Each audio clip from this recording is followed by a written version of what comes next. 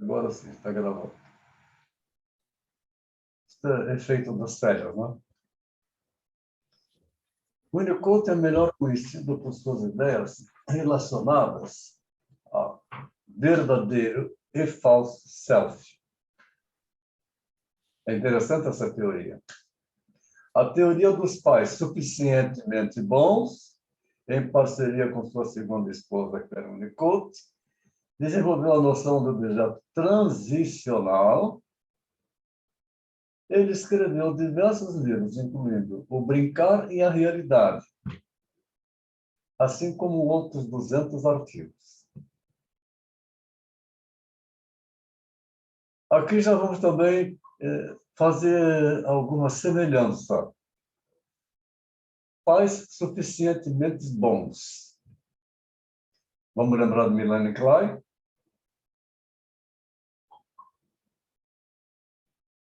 O peito bom e o peito mau.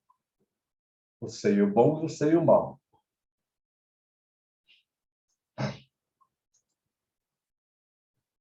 Para o Winnicott, a criança nasce indefesa. Isso não precisa também explicar, porque basta a gente observar, a criança é totalmente indefesa. Quando ela nasce, ela precisa se agarrar ao corpo da mãe, ao peito da mãe. Aí vamos pensar, caramba, mas como é que ficam aquelas criancinhas que nascem e que não podem ir para o peito da mãe, que tem que ficar lá na incubadora?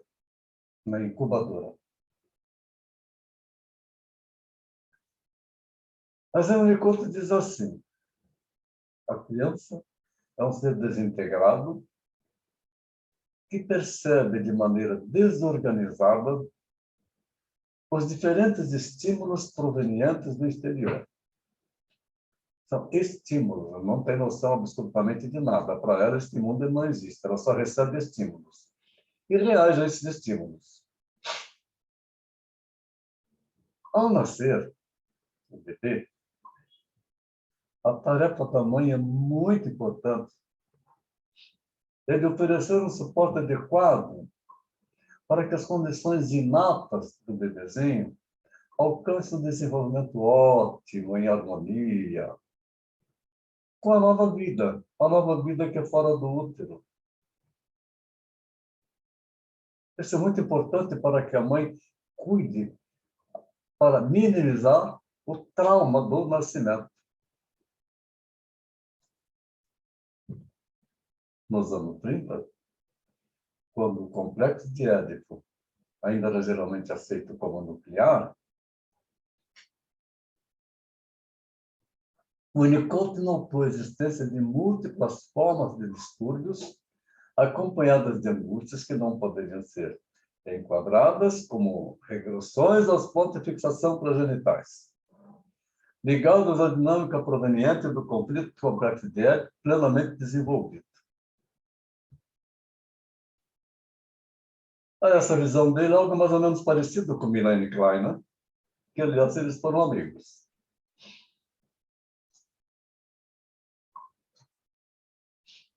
O fator decisivo para o surgimento da psicanálise winnicottiana foi uma crescente convicção de que existem problemas iniciais da vida humana que podem ser claramente identificados e descritos e que não são solúveis por meio dos elementos da teoria da situação edípica e do complexo de Édipo.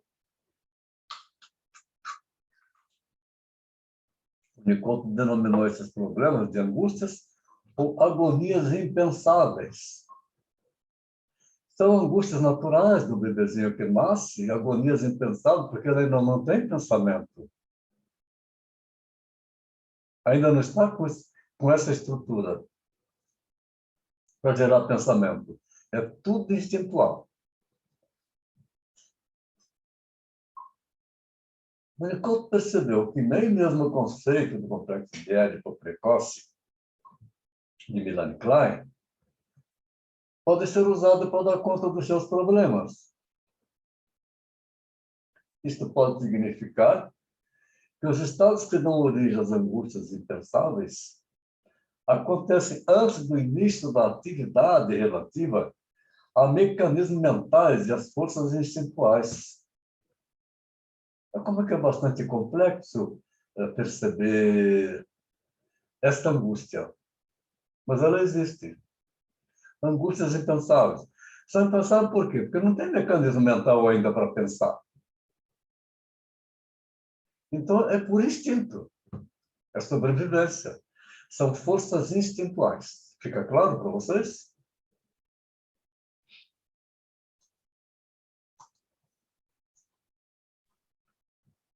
O que constitui as agonias como impensáveis, e assim como anomalias para a psicanálise tradicional, é que elas não podem, em princípio, ser entendidas, pensadas, em termos do conflito gerado na situação edípica. Então, vamos entender. Não entendi, Antônio. Não entendeu? Desculpa. Entendeu agora? Fala, Álvaro. Você entendeu agora, Álvaro? Vamos lá. Agonia impensável. Isso. Como se fossem anomalias para uma criancinha. Anomalias para a psicanálise tradicional. Tá. É que elas não podem, em princípio, ser entendidas, pensadas, porque a criança não tem ainda estrutura de pensamento, Álvaro. E, com isso, não tem estrutura para gerar um conflito na situação edípica. Entendeu agora? Obrigado. Ou mais ou... Clareza sua. Muito bom, é isso aí. E sabe que pode perguntar sempre, que eu sempre vou ter uma resposta. Obrigado, Antônio. Sempre vou ter uma resposta. Pelo menos eu não sei, eu sei dizer. Tranquilo. Ficou claro, Álvaro? Ficou claro. Muito obrigado, Antônio. Oh, mas está à disposição. Participe bem assim, que é muito importante a sua participação. Então, uma psicanálise não centrada no édipo, né? Porque as angústias impensáveis, elas se dão diante do encontro com o mundo. A criancinha nasce, ela sai lá da barriga da mãe e vai de encontro a um mundo que é totalmente estranho. Ela perde aquele conforto. Então, diante do encontro com o mundo, inesperado e totalmente incompreensível para o bebê, que ainda está começando a ter um estágio de amadurecimento. Não tem ainda, então não tem noção nenhuma do que está acontecendo. Para ele, aquilo não existe, é ele. A mãe não existe, é ele. Essa resposta implica, portanto, numa teoria do amadurecimento humano.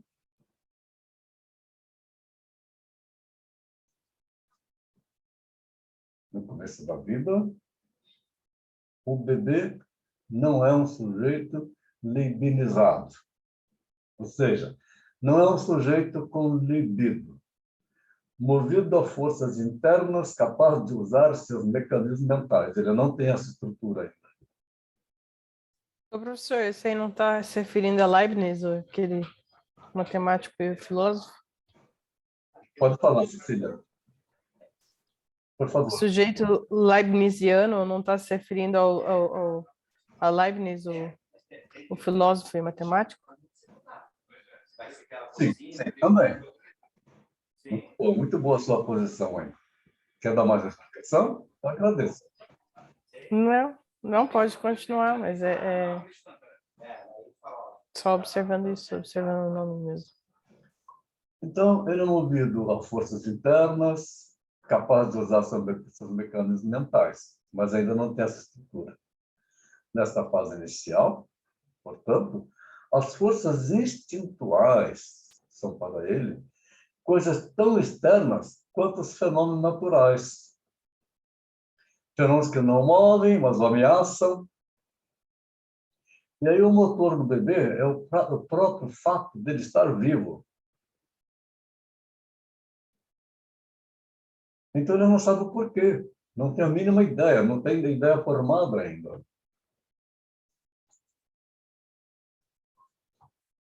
No início, as forças instintuais são para ele coisas tão externas quanto os fenômenos naturais.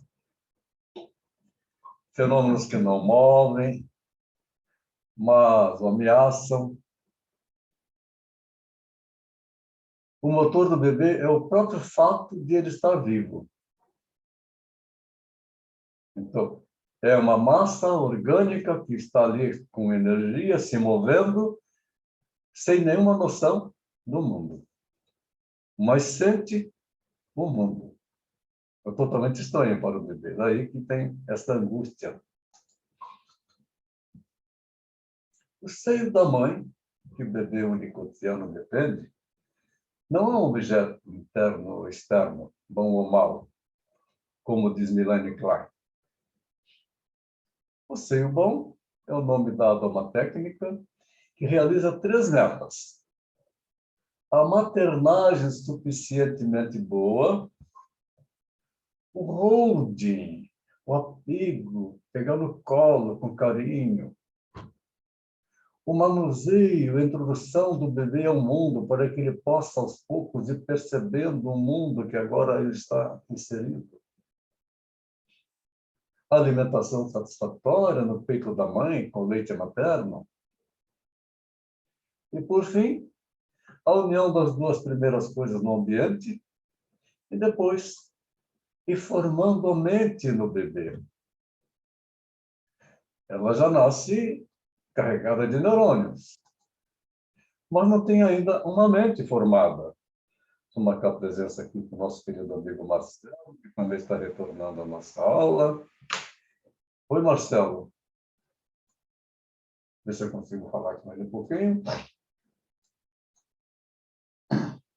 Marcelo, tudo bem? Ô, Antônio, tudo bom? Opa, que bom você aqui com a gente, cara. Ficamos com saudade de você. Você tá Boa me noite, desculpa o atraso. É. A imagem para você está boa? Tá ótimo. Tá. Eu não estou com a sua imagem. Você está com Eu... o ativado? Não.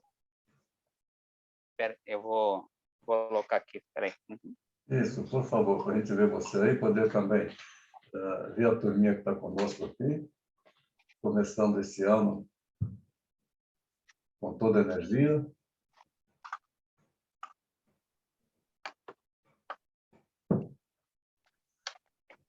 Então, retornando aqui, vou repetir novamente com a chegada do Marcelo. O seio da mãe, de que o bebê unicotiano depende, não é um objeto interno ou externo. Não é um objeto bom ou mau, como diz Melanie Klein.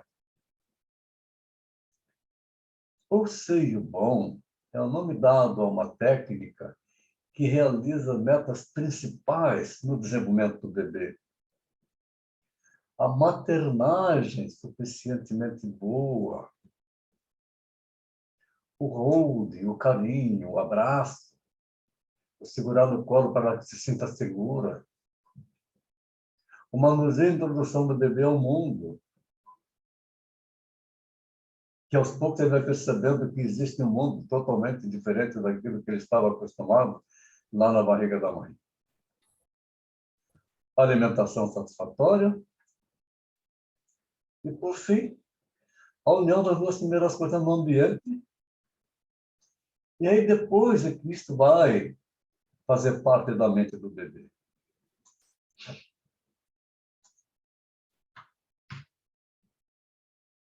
A relação de dependência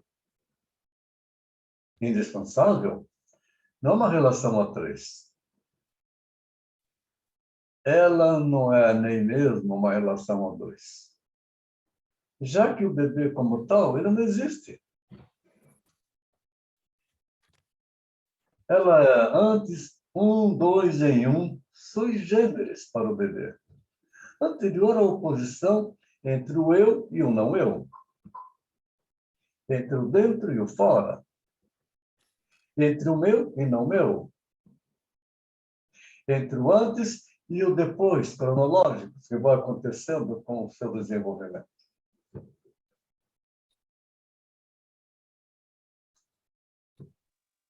Viu, Antônio?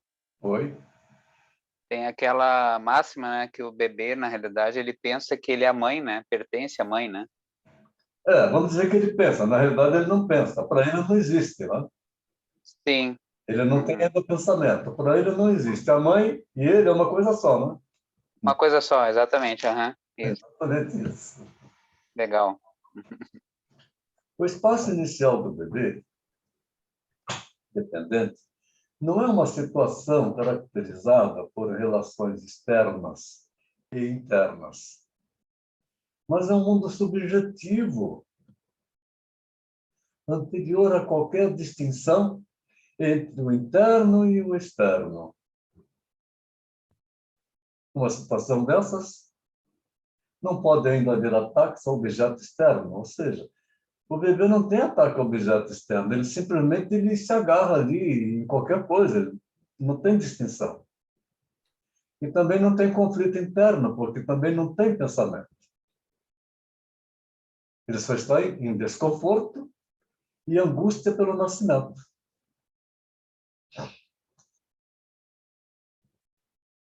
Então, daí aqui da condição da dependência de outro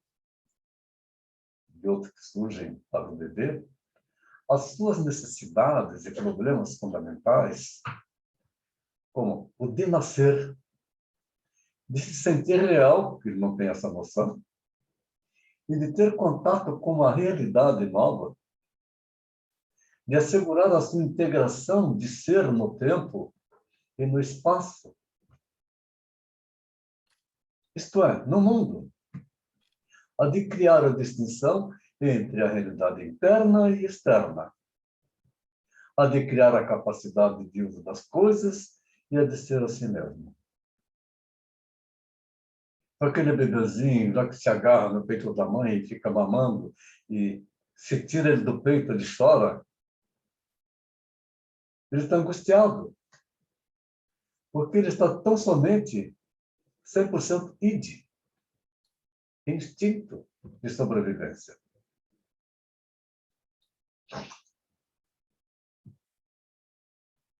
Mas é a partir da condição de dependência do bebê que o Winnicott explica a origem das angústias impensáveis. Interessante usar isso, angústias impensáveis. Mas aqui vamos entender, obviamente, porque ainda não tem pensamento. Essas angústias surgem de falhas no relacionamento da mãe ambiente com o bebê. Antes mesmo que este possa dar conta dessas falhas.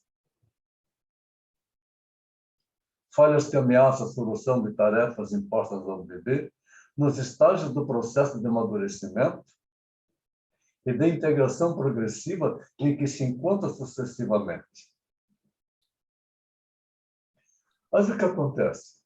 Uma grande parte das mães não tem a mínima noção do que nós estamos falando aqui. Nasceu o bebê, nasceu o bebê. Se ela tem amor pelo bebê, ela vai cuidar bem. Mas se aquilo está atrapalhando a vida dela, ela não pensa no bebê. Ela não tem a mínima ideia que isso provoca uma angústia muito grande e o prejuízo que vai trazer na vida dessa criança, que um dia vai ser um adulto.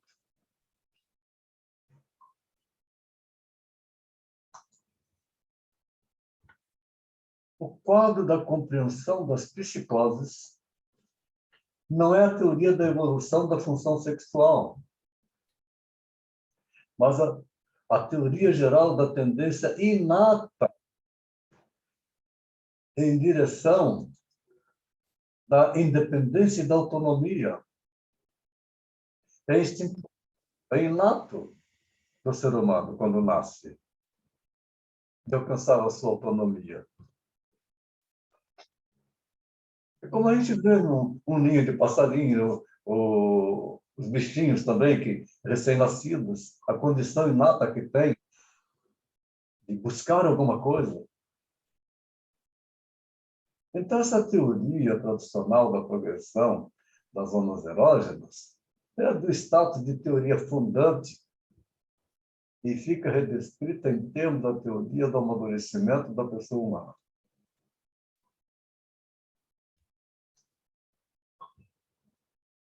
A ideia norteadora dessa redescrição diz que só em certos estágios do amadurecimento, como o do consternamento e o do Édipo, os problemas principais da natureza sexual e pedem soluções, sejam reais ou fantasmáticas, do tipo sexual.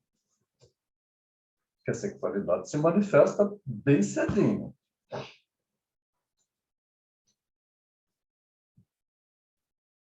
Mas é um ponto central dessa redescrição de ser possível que o indivíduo jamais atinja o grau de saúde psíquica em que o complexo de Édipo faça sentido.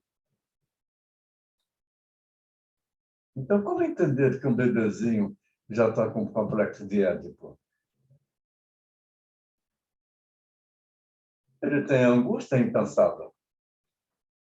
Então, dependendo do processo de amadurecimento, o próprio complexo de Édipo pode nem mesmo se formar, o que implica que não há necessidade empírica. Está falando aqui de um bebê praticamente nascituro, e não da forma como Freud coloca que o complexo de Édipo ele se instala a partir dos 3 anos de idade e que a personalidade é que é o herdeiro do complexo de Édipo, que é que começa a formar a personalidade. E aqui nós estamos falando de uma criança de alguns dias, 1 mês, 2 meses. Então, dependendo do processo de amadurecimento, o complexo de Édipo pode ser nem mesmo se formar, então não se forma aí, o que implica que ele não é uma necessidade empírica, como disse Melanie Klein. Nem um a priori, seja filogenético, seja formal, da existência ou do pensamento humano. O inconsciente reprimido, descoberto por Freud, no complexo de Édipo, aí sim, 3, 4 anos de idade, pensamento reprimido pela fase desse complexo de Édipo, juntamente com a sexualidade infantil, e o inconsciente constituído de interrupções ou colapso da integração progressiva, devemos considerar 2 tipos de regressão. A regressão ao inconsciente reprimido e a regressão à dependência em que se deu o colapso traumatizante e deixar de praticar caça às bruxas, isto é, as noções pulsionais bloqueadas, a fim de interpretá-las, para permitir aos analisandos refazerem eles mesmos a comunicação perdida com o ambiente e criar o sentimento de confiabilidade. Então, aqui nós estamos falando já de uma fase que, quando nós estamos tratando já com ou com uma criança, ou com um adulto, assim por dentro, estamos fazendo algum trabalho de psicanálise, não temos que ficar fazendo caça às bruxas. A coisa vai surgindo naturalmente. Em uma ocasião ou outra, vem colegas nossos, psicanalistas, que vêm fazer a supervisão, e que depois de umas 4, 5 sessões com uma pessoa, ela começa a ficar angustiada, porque ela não conseguiu ver nenhum progresso, não conseguiu fazer uma pontuação. Então, ela está nesse princípio aqui de caça às bruxas. E nós não temos que fazer caça às bruxas, deixa acontecer. Se a pessoa está vindo para fazer a terapia, mesmo que você não esteja tendo oportunidade de pontuar, ou não percebeu nada para pontuar, está lá só no ouvir, ouvir, ouvir, ouvir, como fica bem claro quando nós terminamos o nosso primeiro módulo, lá no final, aquela estátua, o cara falando com a estátua. Se ela está vindo, está fazendo bem para ela. É terapêutico.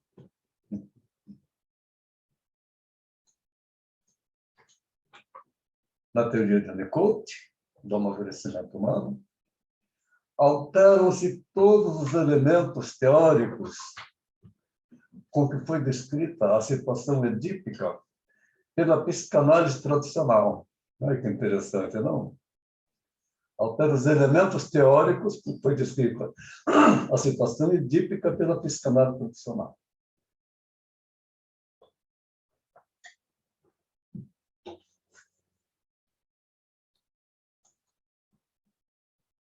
No lugar do sujeito com a constituição biológico-dinâmico-mental,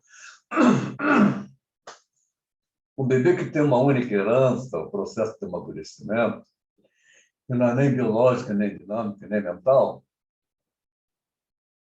é formação, integração do corpo. No lugar da mãe objeto pulsional, é só uma pulsão natural, a mãe ambiente. No lugar da experiência de satisfação instintual, as necessidades oriundas do próprio existir. No lugar da sexualidade infantil, a dependência. No lugar da mãe libidinal, a mãe da preocupação primária.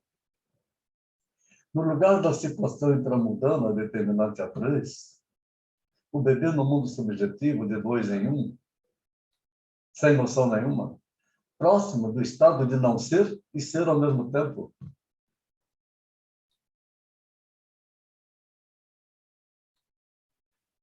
Eu lembro que, há pouco tempo atrás, eu fui solicitado por um cara formado em psicanálise winnicottiana, há muito tempo que ele já queria fazer supervisão comigo. Foi muito interessante. Ele veio para fazer supervisão. Ele fez um ano inteiro sessões de análise comigo, nenhuma supervisão.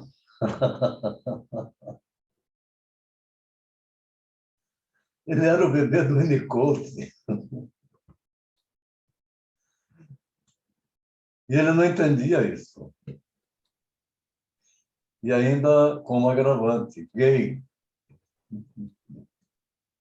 O pensamento feminino. Muito interessante isso. Então ele estava assim, nesse estado próximo de ser e não ser.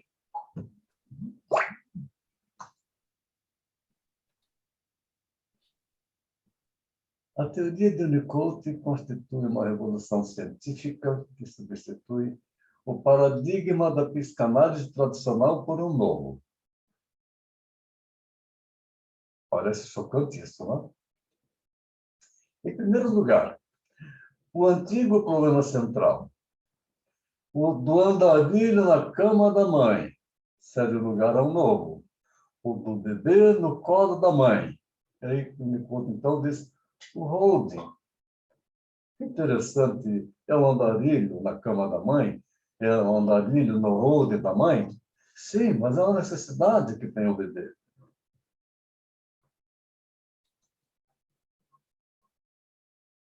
Em segundo lugar, o papel de solução exemplar paradigmática passa a ser desempenhado pela teoria do amadurecimento pessoal e não mais pela teoria da história natural da função sexual.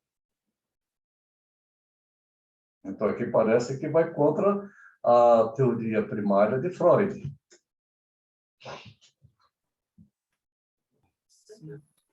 À medida que vai ao amadurecimento pessoal, é que se percebe realmente a manifestação da função sexualizada. Aí o holding, tão empregado por Winnicott, o holding que é o envolver, que é o abraçar.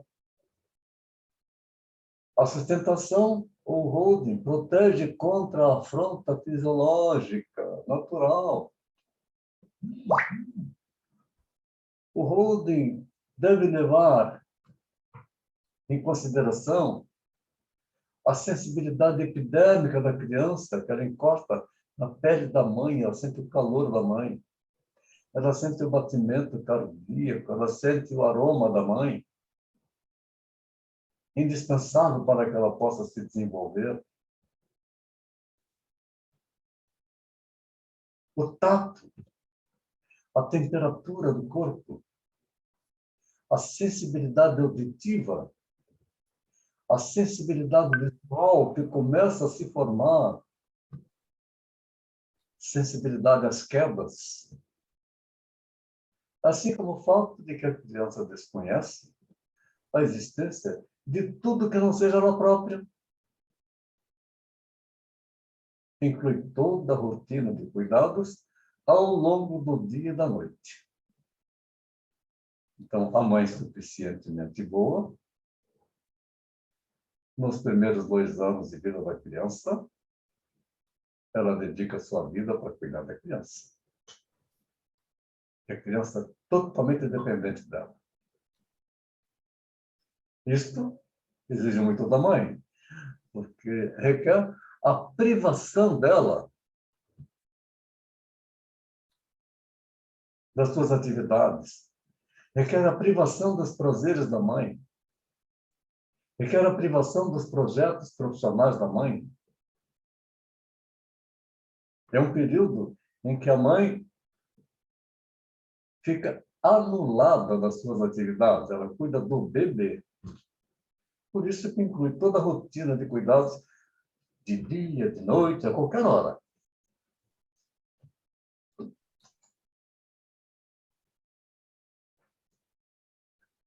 A sustentação compreende, em especial, o fato físico de sustentar a criança.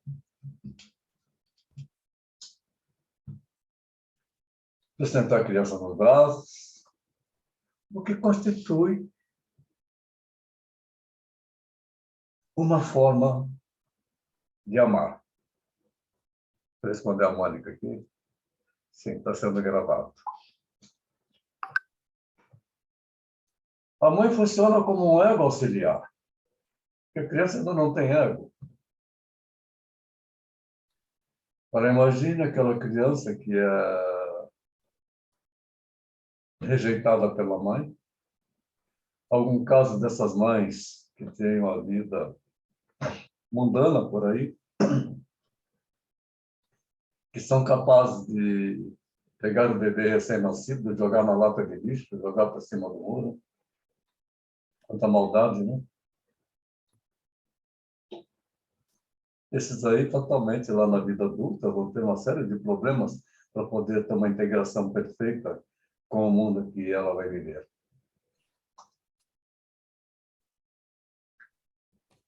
O Winnicott propõe que durante os últimos meses de gestação e primeiras semanas posteriores ao parto,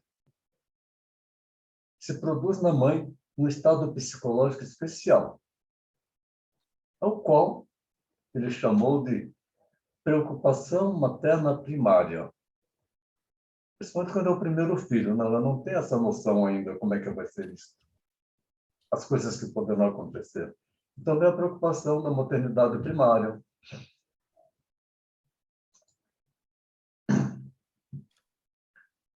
A mãe adquire, graças a essa sensibilização, uma capacidade particular para se identificar com as necessidades do bebê.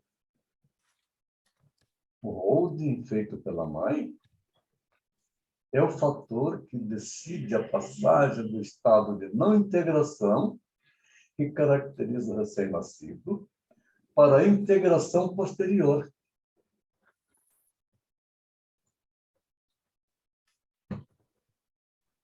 Portanto, o vínculo entre a mãe e o bebê é o que assentará as bases para o desenvolvimento saudável das capacidades inatas de cada pessoa, de cada indivíduo, de cada bebê que nasce.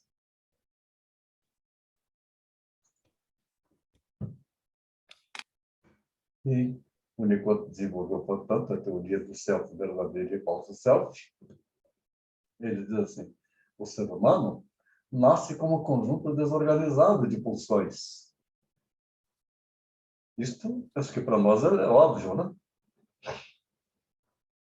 Instintos desorganizados capacidades perceptivas e motoras, também desorganizadas, que, conforme progride o desenvolvimento, elas vão se integrando até alcançar uma imagem unificada de si e do mundo externo. Porque, por enquanto, ela não tem uma imagem de si. Ela não tem um self formado, ela tem um falso self, que é o eu como um todo. O papel da mãe é prover o bebê de um ego auxiliar que lhe permite integrar suas sensações corporais, os estímulos ambientais e suas capacidades motoras nascentes.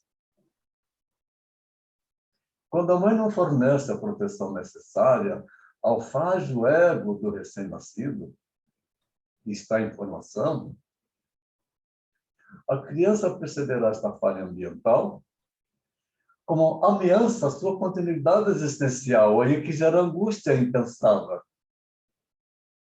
São sensações, a qual, por sua vez, provocará nela a vivência subjetiva de todas as suas percepções e atividades motoras, são apenas uma resposta diante do perigo a que se vê exposta ou que se sente exposta.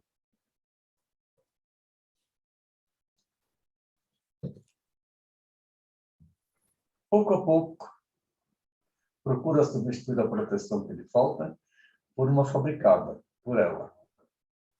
Vai se envolvendo em uma casca, igual uma lagarta que vai se transformar numa borboleta,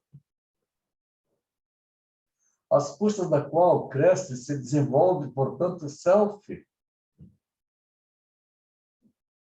O indivíduo vai se desenvolvendo como uma extensão da casca, como uma extensão do meio atacante.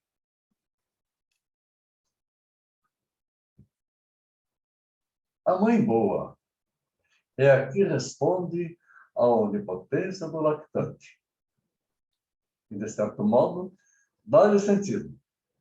O self verdadeiro começa, portanto, a adquirir a vida através da força que a mãe, ao cumprir as expressões da onipotência infantil, dá ao ego débil da criança. Vocês estão vendo essa animação aí? Está animada a imagem para vocês?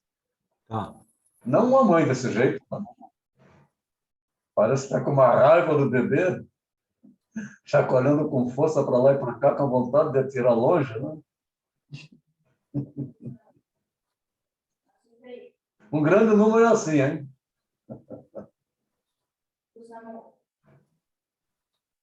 A mãe que não é boa é incapaz de cumprir a onipotência da criança, pelo que repetidamente deixa de responder ao gesto da mesma. Em seu lugar, coloca o seu próprio gesto, cujo sentido depende da submissão ou acatamento do mesmo por parte da criança. Isso é uma coisa tão séria. No relacionamento das mães modernas, as mães que procuram aprender como criar seu filho, do que uma mãe antiga que não teve instrução nenhuma, que não teve acesso à informação e que foi criada também de qualquer jeito. Aí cria conflito na relação entre a mãe moderna e a mãe antiga. Por quê? Ela sente, inclusive, o que a mãe dela fez com ela quando ela era bebezinha desse jeito. É o caso da cantora, lembra do caso da cantora, que agora é mamãe? Está com um bebezinho que já vai para estar com 10 meses? E que, quando ela estava com um bebezinho bem pequenininho, a mãe dela vinha e falava bobagens. Nossa, ela é nervosinha. O que é isso? Instinto de defesa. Não tem noção o que é isso. Ela teve que pedir para a mãe não ir na casa dela. Imagina chegar nesse ponto. E a mãe nunca vai entender.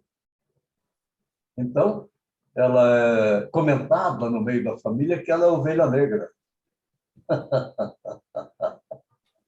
Aí vem para terapia, eu falei, mas seja ovelha negra, seja você. Cá entre nós, né, Antônio? Tem gente que não tem o mínimo de condições para ter um filho, né? Não tem, não tem. Não tem, né? Tinha que ter digamos assim, um básico, né? Sim. Emocional para poder, né, prover um outro, né, ser, né? O número não está aí, não está nem aí. Nossa, Está vivendo uma situação dessa, né, Cris? é. Com aquela... E antigamente, né, professor Marcelo, as mães, as pessoas como um todo, né, menos instrução tinha, menos conhecimento, né? Sim. E aí eu penso, né, o professor falando, eu tô aqui pensando na minha mãe de 80 anos, né? Aí eu, 44, aí com a filha, e dá tudo isso, é isso que acontece. Que você olha para sua mãe, olha o que a sua mãe fez com você, e aí você faz diferente com a sua filha, sua mãe vem e critica, porque o que você faz diferente, né, é bobagem, é frescura, não é isso, professor? E fala, E dá esse conflito dessa mulherada que, olha, não é fácil. fala coisas inadequadas para o bebezinho e fica na memória celular. Imagina aquela garota que você trata lá, adolescente, Pensa, que tem 3 filhos. sim, Como que ia criar um filho? Coitado daquelas crianças. Aham. É mesmo. É uma promiscuidade, né? É bem é um desafio. A gente tem até um entendimento disso, né? Mas é difícil ver né, o quanto o despreparo, né? E a gente vê o nosso despreparo também em alguns pontos, né? Sim, é verdade. Mas ver que não querer ser mais ou menos, né? Mas acho que alguns pontos básicos, né? De como é que eu posso dizer, de entendimento, né? Em relação ao que a gente é, o que né, dentro disso tudo, né, o que são as nossas coisas, o que é do outro, né? Sim. Então, hoje eu vejo muito assim, né, como na minha infância não tinha noção de quem eu era, né? Uhum. Né? Qual eram os meus sentimentos, né? Então, o nosso desafio, sempre eu digo assim, que né, é tentar fazer com que o filho consiga entender o que está ali dentro, né? Com as suas emoções, né? Então, se a gente conseguir, né? Acho que, né? Fazer esse básico, né? Digamos assim, né? Já é um grande avanço, né? Sim. Né? De saber o que está rolando ali dentro, né? Da caixa, né? Brincando um pouco, né? Sim. A gente tem essa preocupação, né? Hoje a gente tem essa preocupação, a gente tem esse desejo, né? Uhum. Antes não tinha, né? Antes é diferente. Não, Em algumas muito, imagina, meu pai também, 82 também, não tinha noção nenhuma não, assim, é bem nossa, isso. e a gente tem esse, e a gente aceita, né, porque não adianta, Sim, cada um no seu, né, e nós também vamos ter as nossas limitações, né? vamos. A criancinha, quando nasce, que ela agarra no dedo do parteiro, do médico, da parteira, o que é aquilo?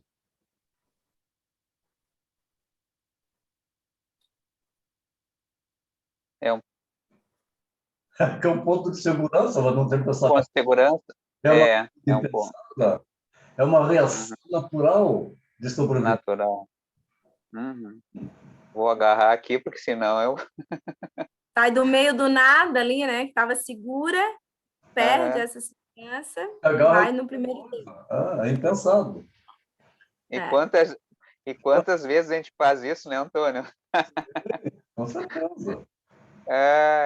Eu pego um dedo, pego uma muleta, Sim. pego Então, a definição da criança constitui para ela a primeira fase do self falso, porque ela não tem self ainda, ela agarrou o dedo, é um self falso. E é própria da incapacidade materna para interpretar as necessidades da criança.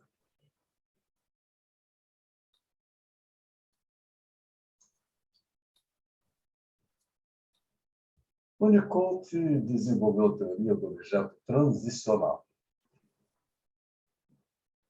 O objeto transicional é algo que não está definitivamente nem dentro e nem fora da criança. Servirá para que ela possa experimentar com essas situações e para ir demarcando seus próprios limites mentais em relação ao externo e ao interno. Aí, nessa figura, nós temos alguns objetos transicionais, mas é uma criança já definindo qual é o seu objeto. Como a Mônica com seu coelhinho, e assim por diante, o outro com paninho. Viu, Antônio? Oi. Uma perguntinha rápida. O amigo imaginário pode ser um objeto transicional? Não. Não, amigo imaginário, você já está entrando numa outra fase. Tá. O amigo imaginário, nós vamos entrar na fase esquizofrênica. A fase psicótica da criança. É? Isso. Legal. A fase de esquizofrenia. Objeto transicional. Para explicar a constituição do objeto transicional, o Winnicott remonta ao primeiro vínculo da criança com o mundo externo. Coitadinha dessa criança. Ela entrando em contato com o mundo externo. Olha lá, toca-lhe a mamadeira na boca. Não é a mesma coisa. Então, esta fase da amamentação traz problemas orais lá no futuro, que é uma coisa impressionante. A mãe que não tem leite, que precisa uma ama de leite, ou a mãe que o leite seca rapidinho, ou a mãe que não quer deixar que a criança mame no peito dela por uma questão de estética, porque vai ficar com os seios caídos. Que coisa, não é? Então, esse primeiro vínculo da criança com o mundo externo, que é muito importante, a relação com o seio materno, que é a parte fundamental do bebê. No princípio, a criança tem uma ilusão de onipotência. É tudo dela. Vivenciando o seio como sendo parte do seu próprio corpo. Porque ela não tem noção do self formado, ela tem o falso self.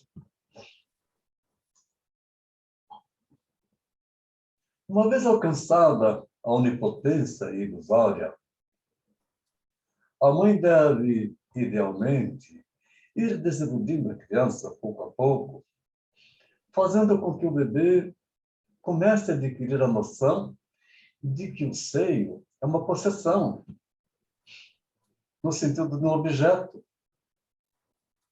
mas que não é ele. Para a criança começa, então, a ter noção que pertence a ele, mas não é ele. Que até então, o bebezinho não sabe nada disso, não tem noção nenhuma disso. O seio é ele mesmo. Então, ele não tem ainda o self formado, então fica o falso self. O falso self passa a ser o peito da mãe.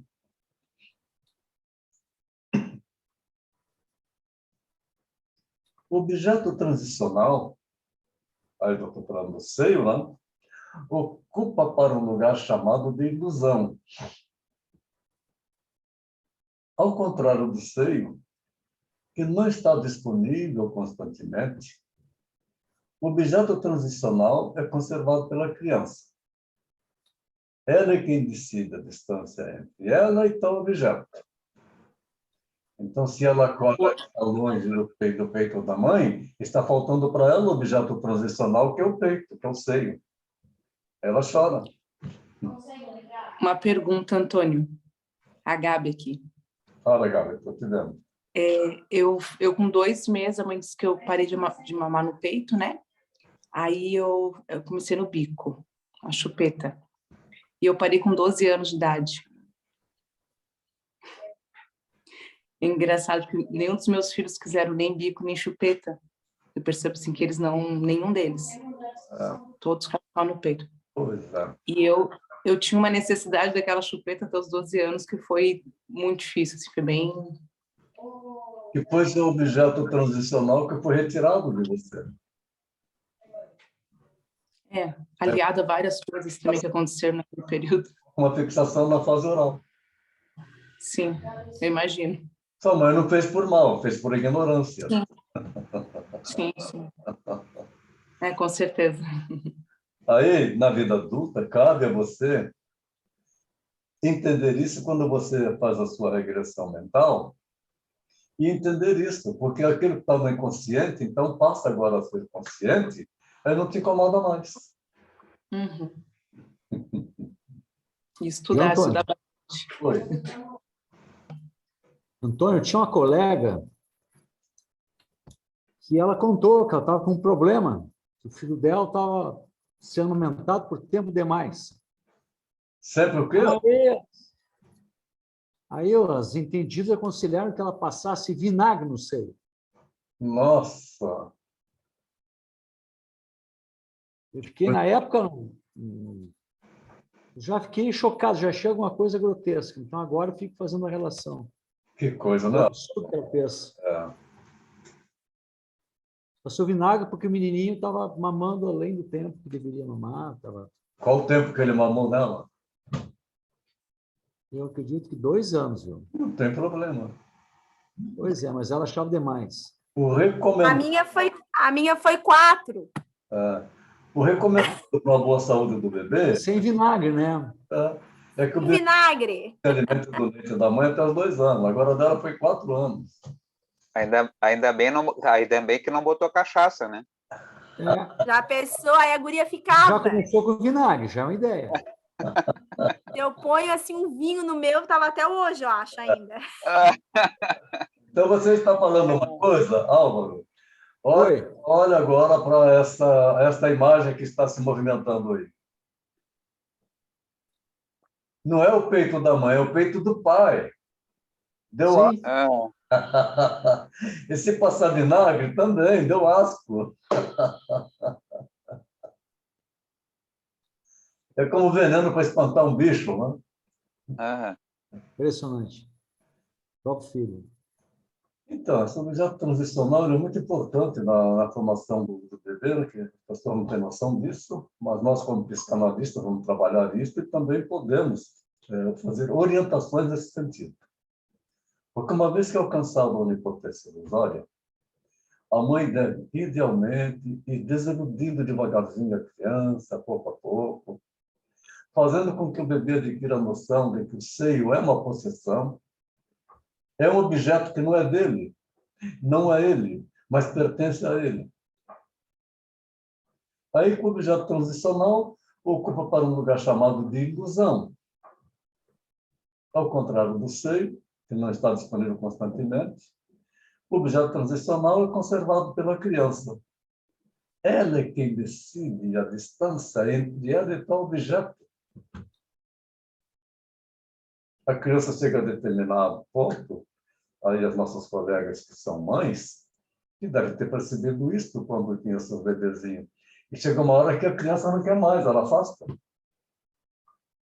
Ela está satisfeita de tudo.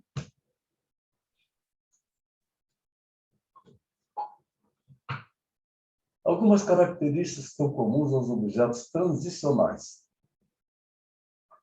A criança afirma uma série de direitos sobre o objeto. O objeto afetuosamente mimado, excitadamente amado e mutilado. Rasga, morde. Deve sobreviver ao ódio, ao amor e à agressão.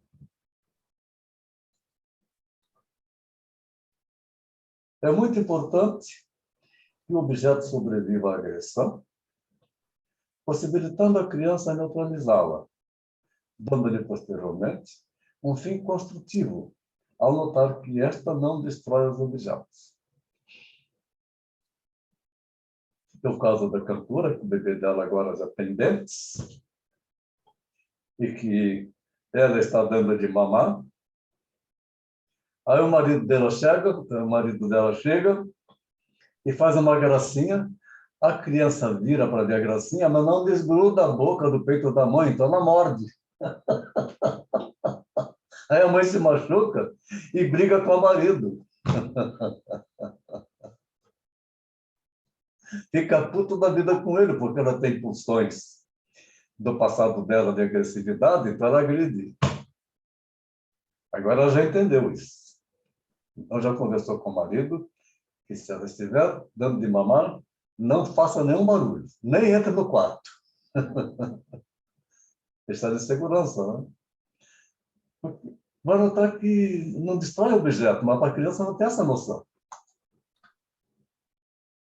Então vejamos lá. O mundo invade o ambiente bom. Encontra duas linhas. O bebê cria. O bebê cria um ambiente bom e o mundo está invadindo ele. Então ele encontra duas linhas para desenvolver a sua formação. E com isso nós vamos esbarrar com o desenvolvimento psíquico. Aí sim já começa a ter pensamento. O Winnicott propõe que a maturação emocional ela se dá em 3 etapas. A primeira, integração e personalização. A segunda, adaptação à realidade. E a terceira, pré-inquietude ou crueldade primitiva pelo afastamento de uma vida impensada. Nessa integração e personalização, as experiências iniciais ou diáticas, que é aquilo a 2, são estruturantes do psiquismo. Participam da organização da personalidade e dos sintomas. Começa a querer formar a personalidade. Começa a formar o self. Porque o bebê, ele nasce num estado de não integração, mas ele, forçosamente, pelo seu desenvolvimento biológico, natural, ele vai ter que se integrar. Isso tem que ser de uma forma harmônica.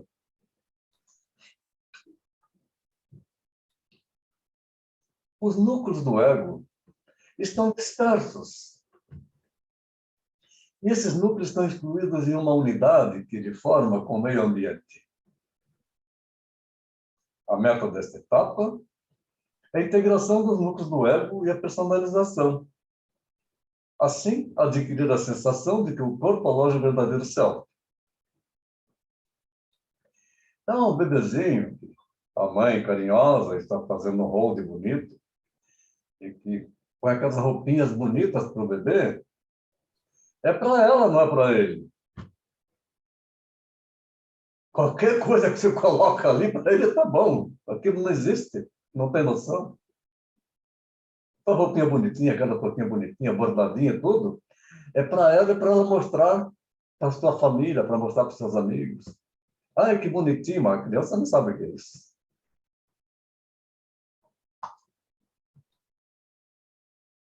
O objeto unificador do ego inicial, não integrado da criança, é a mãe e sua atenção, o holding.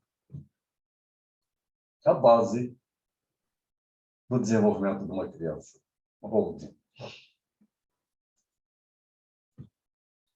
Aí chega um período em que a criança, graças às experiências citadas, consegue reunir os núcleos do seu ego. Ela vai formando, adquirindo a noção de que ela é diferente do mundo que a rodeia. Aí as mães antigas veem, nossa, ela tem uma personalidade forte. Está falando a maior besteira do mundo, não entende bulufas de criança. Esse momento de diferenciação entre eu e não eu pode ser perigoso para o bebê. Pois o exterior pode ser sentido como perseguidor e ameaçador. E é o que acontece. A mãe está com seu bebezinho no colo, está com seu bebê no solo. Aí chega a mãe dela. E a criança chora. E a mãe dela quer fazer uma gracinha, quer pegar ela no colo, a criança chora. Aí a mãe ignorante fala bobagens. Que ranhenta. Aí a criança chora mais ainda, porque para ela aquele é ameaçador. É instinto. Só a presença de uma pessoa pode entender como algo perseguindo ela, como algo ameaçando a sua existência. Tem que respeitar muito isso, né? É uma coisa muito interessante. O bebezinho nasceu, as mães passam por um dilema. As visitas. Gente, não é hora de visita. Deixe o bebê com a mãe e com o pai. Manda um presentinho, mas não é hora de visita. Deixa passar 30 dias, pelo menos, para ela se integrar ao self. Não é verdade isso? E vocês, mamães? Certo? Eu pedi para não me visitarem. E Nada simpática, né? nada simpática e vão dizer que você é uma rebelde. É uma ovelha negra. Isso, isso. Mas eu fiz isso. E não me arrependo. É isso mesmo. Aí tem que ser forte para falar isso. Porque a criança Tem. também não tem defesas para as bactérias que vêm de fora. Na hora Eu também. Frescura! Frescura! Foi dado o nome a isso. É isso mesmo. Eu também pedi 3 meses. Eu, a tal da quarentena, né? De 40, Aham. tá bom, deixa que é. Eu morava longe quando nasceu meu filho. Mas depois eu mudei para perto. Aí a sogra queria estar lá em casa todo dia, eu botei ela para fora. Até hoje, eu sou ovelha negra. Eu sou mal educado, eu sou grosso. Vai embora daqui. Todos os adjetivos que me competem também. Uma ocasião, meu filho ainda bebê, já no carrinho, né? Já está com 1 ano e pouquinho. E eu saí para trabalhar, fui dar um beijinho nele. Aí a sogra falou assim, chora, chora, que papai vai sair. Eu dei um maior esporro nela. Não tem que chorar, não. Ele precisa aprender que eu trabalho, que eu tenho que sair. Ele tem que ir notando isso, ele vai se acostumando. Ele tem que sair comigo, vou dar um beijinho nele, tem que estar alegre. Então, começam as brigas em família, as ovelhas negras começam a ser semeadas por aí, né?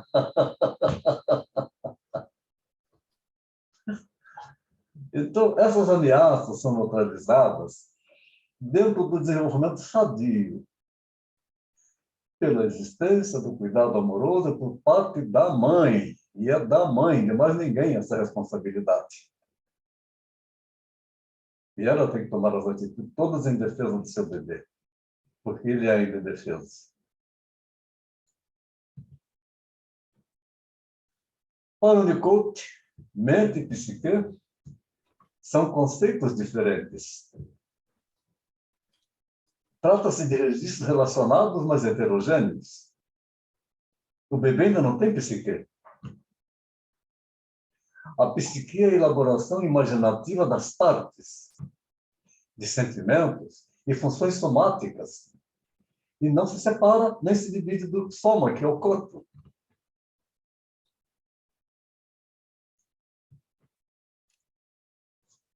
A mente, no desenvolvimento saudável, não é nada mais do que um caso particular do funcionamento do psicossoma, surgindo como uma especialidade a partir da parte psíquica do psicossoma.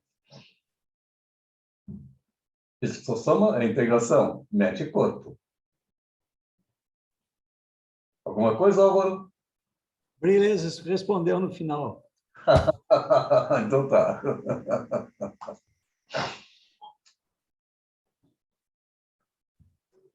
Na integração e a personalização do bebê, à medida que o desenvolvimento progride, a criança tem um ego relativamente integrado. Aí ela já tem ego agora. Relativamente integrado, transformando no self.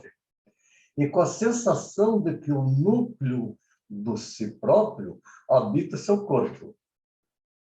Então, essa criancinha, nessa fase da idade, ela é egóica, é tudo para ela. É o ego movido pelo id. Ela e o mundo são duas coisas separadas, mas é dela. A etapa seguinte é conseguir alcançar uma adaptação à realidade. Nessa etapa, a mãe tem o papel de prover a criança com os elementos da realidade, porque irá construir a imagem psíquica do mundo externo e mostrando o mundo devagarzinho para esta criança. Quando se faz uma festa, primeiro aniversário do meu filho, uma baita de uma festa, coitada da criança. A festa não é para a criança, a festa é para o pai, é para a mãe. Faz aquela festona, vai lá o pessoal beber e comer de graça, gasta uma boa grana, e para a criança isso foi um esforço muito grande, que para ela não significa nada aquela festa. Ainda tem que apagar a velhinha. Por que ela vai apagar a velhinha? Não tem noção. E, Antônio, é igual levar criança com menos de 3, 4 anos para Disney. Eles não lembram nada, não tem nada. Não é hora disso. Não é hora disso.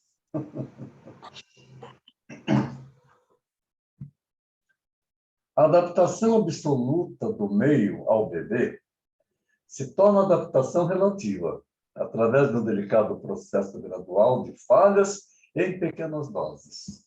Ela vai aprendendo a coexistir com o mundo externo. Quando o ambiente não proporciona os cuidados que o psicossoma considera como elementares, a mente se vê obrigada a uma hiperatividade. E já vão taxar a criança de hiperativa. De TDAH.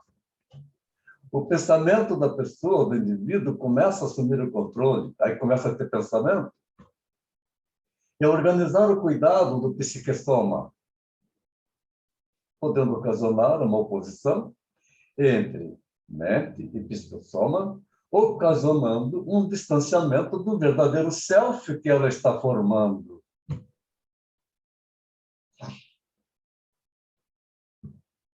Em estado de saúde, a mente não usurpa as funções do meio, mas possibilita uma compreensão e eventual aproveitamento da sua falha relativa.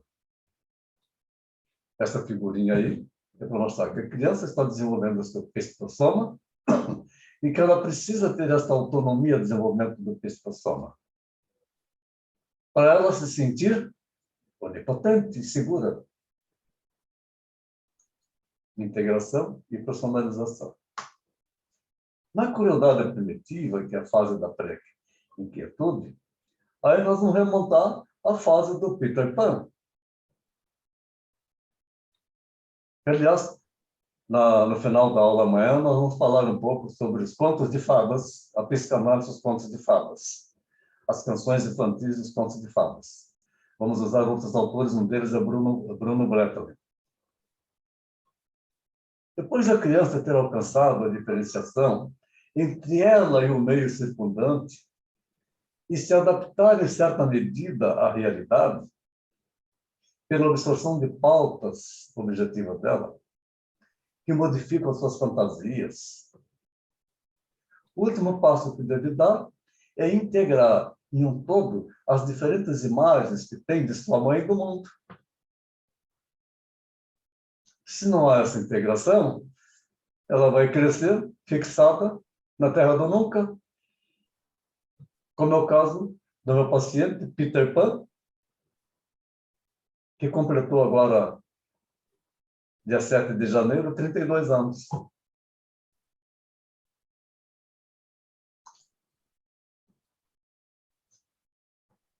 Essa fase da pré-inquietude, a criança pequena tem uma cota inata de agressividade, que se exprime em determinadas condutas autodestrutivas. Puxa o cabelo da mãe, morde, O bebê volta seu ódio sobre si mesmo para proteger o objeto externo. Mas esta manobra não é suficiente. Em sua fantasia, a mãe pode ficar intensamente danificada. A mãe é além do objeto que recebe, em certos momentos, a agressão da criança.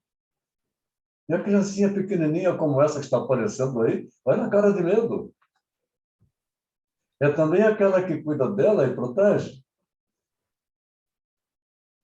Quando a criança exprime raiva e recebe amor, a criança confirma que a mãe sobreviveu e que é não ser separado dela. Aí sim está formado o seu self.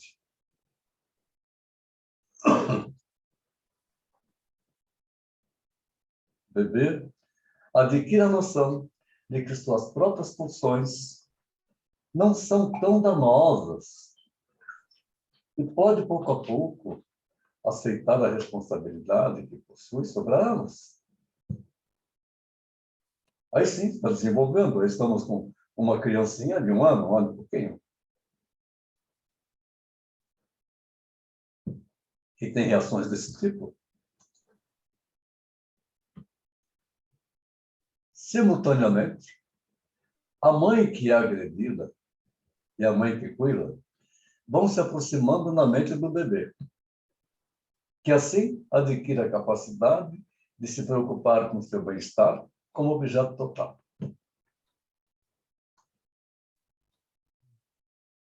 Isto constitui, portanto, o grande sucesso que o Winnicott identifica como a última das etapas do desenvolvimento emocional primitivo. E como é marcante isso, porque o registro das emoções permanece na memória celular.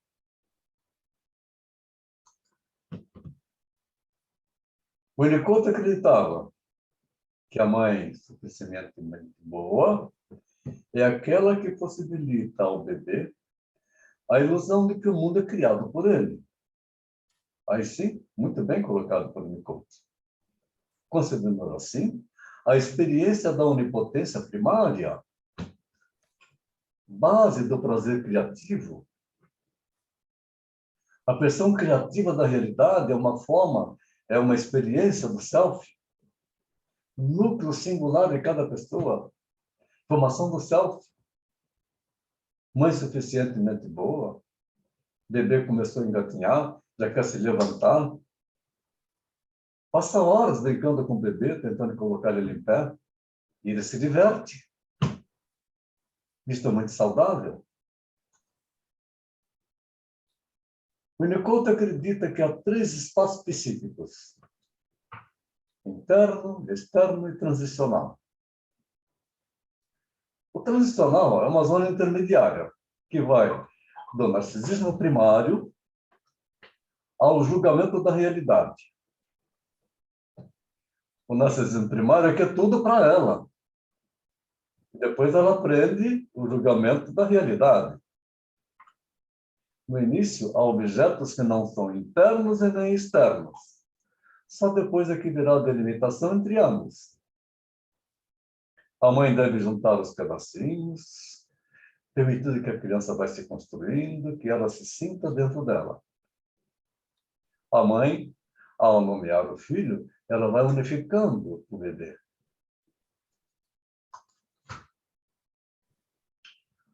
O ambiente deve se adaptar adequadamente à criança para formar seu verdadeiro self.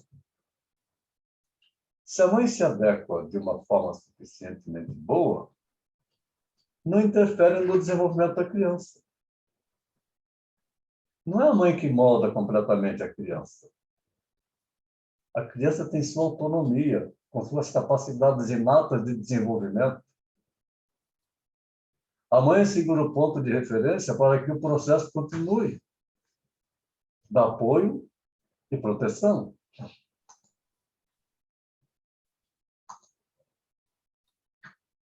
Gente, nosso próximo encontro será amanhã, 19h15 estarei no ar, às 20 horas entraremos então com a aula. E tem bastante coisa para amanhã. É necessário que a gente faça assim por etapas, porque se vai colocar tudo de uma vez é muita coisa, né?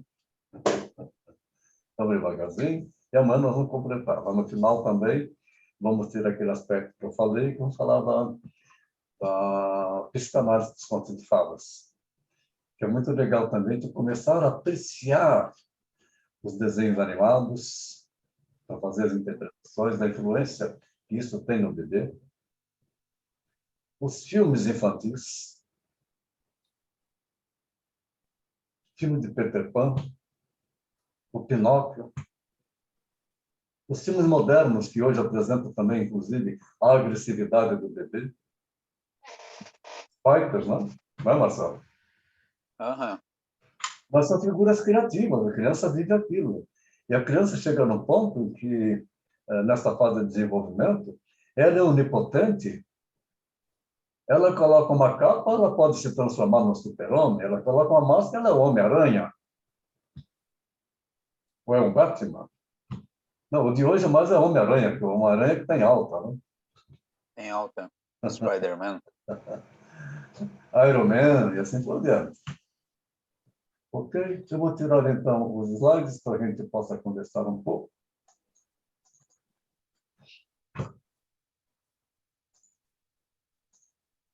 Ok. À disposição.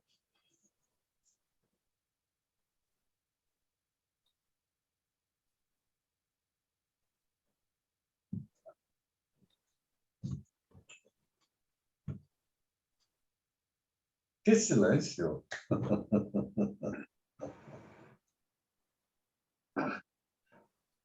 Estou com fome já, não jantei.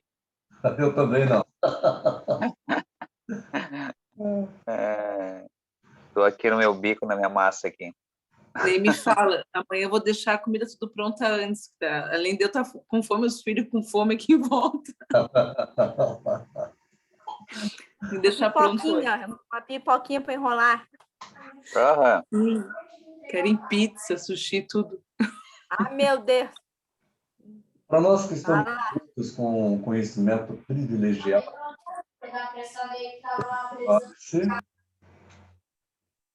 nós passamos a entender que vale a pena o nosso exercício, tanto na profissão como nos nossos relacionamentos, para poder contribuir para as pessoas, para poder criar pessoas melhores para o mundo, sem passar por toda essa complicação de traumas que nós passamos. Sim. Isto vai acontecendo com esta evolução e é uma esperança que pode ter um mundo melhor realmente pela frente. O que não será para nós ainda, né? Tem muitos anos pela frente. A base de Freud, esses conhecimentos de Winnicott, que Freud também preconizou sobre tudo isso, né? O Winnicott, ele deu um toque muito legal, né? Achei que ele, na minha visão, ele deu um toque muito melhor do que foi Milane Clark. Mas todos eles sempre contribuíram para a evolução da psicanálise. Sim. Ok? Alguma pergunta? Deixar um legado, né, Antônio? Pelo menos um pouquinho, né? Diferente. Né? É isso aí. Se a gente melhorar 2% já é de bom tamanho já. Com certeza. Né? Às vezes eu costumo falar assim, quanto é que você quer melhorar todo mês? Você quer melhorar um mês? 1% ao mês? Sim, já está de... Ó, 1% só? Foi, então, você falou só, nós vamos reduzir. Você quer melhorar 0,5% ao mês? Uhum. Oh, mas só isso? Vou reduzir mais ainda. 0,1% ao mês. Se você melhorar como gente 0,1% ao mês, e você multiplica por 30. Sim. É uma baita de uma evolução. Você melhorou 3%. Em um ano, 36%. Exatamente. Não é isso? Lá, depois de 3 anos e pouco, você está quase melhorando 100%, o que é muito difícil. Sim. Porque Professor. a base infantil, né, é que reflete na nossa vida. Diga, Exatamente. Cristiane. Esse melhoramento, o que incomoda às vezes, é que quanto mais a gente sente que está melhorando, mais ovelha negra a gente se torna. Uhum. Isso mesmo. É, Isso que o nosso universo são de poucas pessoas. é, O psicanalista tem uma tendência a ser um ser solitário, é. porque as Tem pessoas que ter, não vão compreender ou vão se afastar dele. Né? tem que ser muito flexível, tem que saber conduzir muito bem isso para não chegar nessa solidão assim que também não é muito bom, né? Correr com todo mundo. O psicanalista ele não entra no papo do senso geral. Senso comum, né? Não É, é de escola. Você escuta, mas não participa. É. é, Tu qualifica melhor, né, essas relações, né? Então, eu acho que a gente ganha, né? sim, Não que a gente fique, acho que, solitário, né? Lá na nossa... Acho que na nossa... No dia a dia, a gente, de certa forma, né? Mas sim, qualifica um pouquinho melhor as nossas relações, né? A gente... é, Né? Porque essas escolhas aí têm a ver muito com a gente também, né? sim, E essas escolhas também refletem, né, nossas sombras, né, e aí tu se depara, né, um monte disso é só um pouquinho, né, por que tu escolhendo tal amizade, né? E aí é. começa a analisar os próprios amigos, né? Isso assim, Sim, meu Deus, vai né? repensando, né, Marcelo? Vai Repensa- percebendo.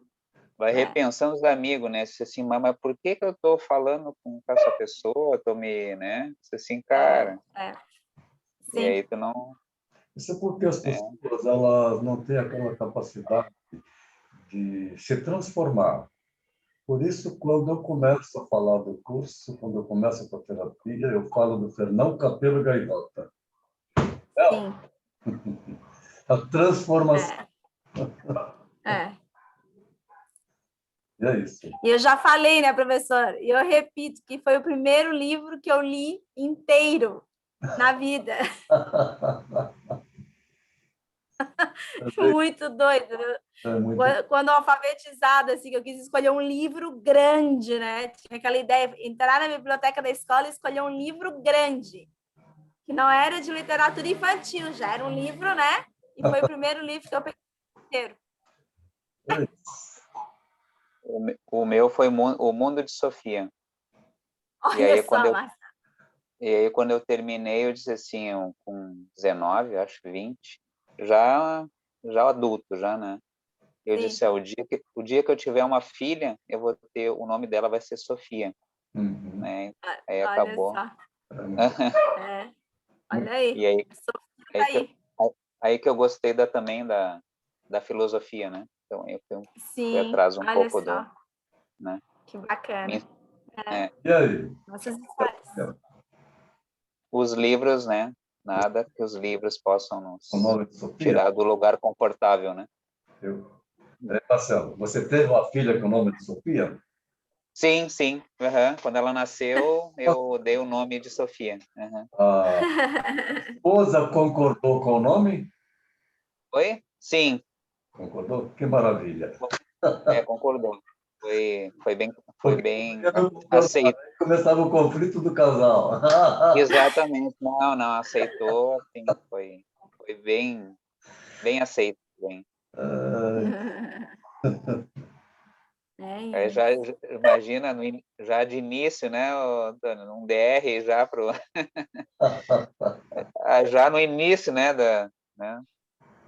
Mas não, foi bem democrático, né? Ah, que ótimo, ainda bem, né, Marcelo? Foi um presente, né?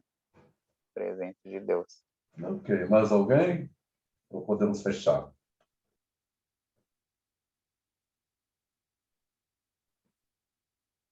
Um brinde a vocês aqui comigo, e muita saúde. E Um faça brinde, 22 o melhor ano para cada um de vocês, porque depende amém. de cada um de nós. Vai ser o ano, né? Vamos lá, vamos. Amém. Vai ser sim. Boa noite. Até amanhã. Boa noite, Então, professor. bom descanso para Boa vocês. noite, Pra amigos, vocês. colegas. Obrigada, boa Até amanhã. noite. Boa noite. Tchau. Eu vou encerrar para tirar a gravação. Gravação. Ok. Tchau.